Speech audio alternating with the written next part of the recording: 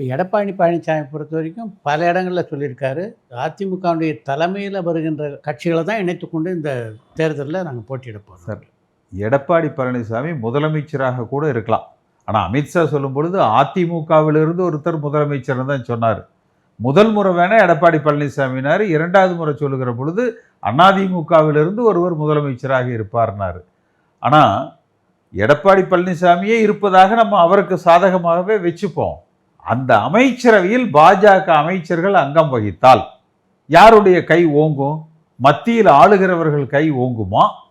இன்றைக்கு கடந்த காலத்தில் இவர்கள் செய்த தவறுகளுக்காக ஒரு ஐடி ரைடுக்கே சரண்டர் ஆகி கட்சியை அடகு வச்சுட்டீங்க. ஜெயலலிதா அம்மா காலத்தில் பாருங்க, எவ்வளவு சோதனைகளை தாண்டி நின்னாங்க, எதிர்த்து நின்றாங்க. மோடியா லேடியான்னு கேட்டு வென்றார்கள்.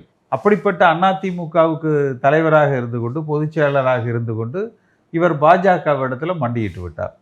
ஆனால் வெளியில் என்ன பிரச்சாரம்னா, இல்லை அண்ணன் இன்னும் ஸ்டெடியாக நிற்கிறாரு, அதெல்லாம் போலி, ஏமாத்துறாங்க. தமிழ்நாட்டு மக்களை ஏமாற்றுகிறார்கள், அதிமுக தொண்டர்களை ஏமாற்றுகிறார்.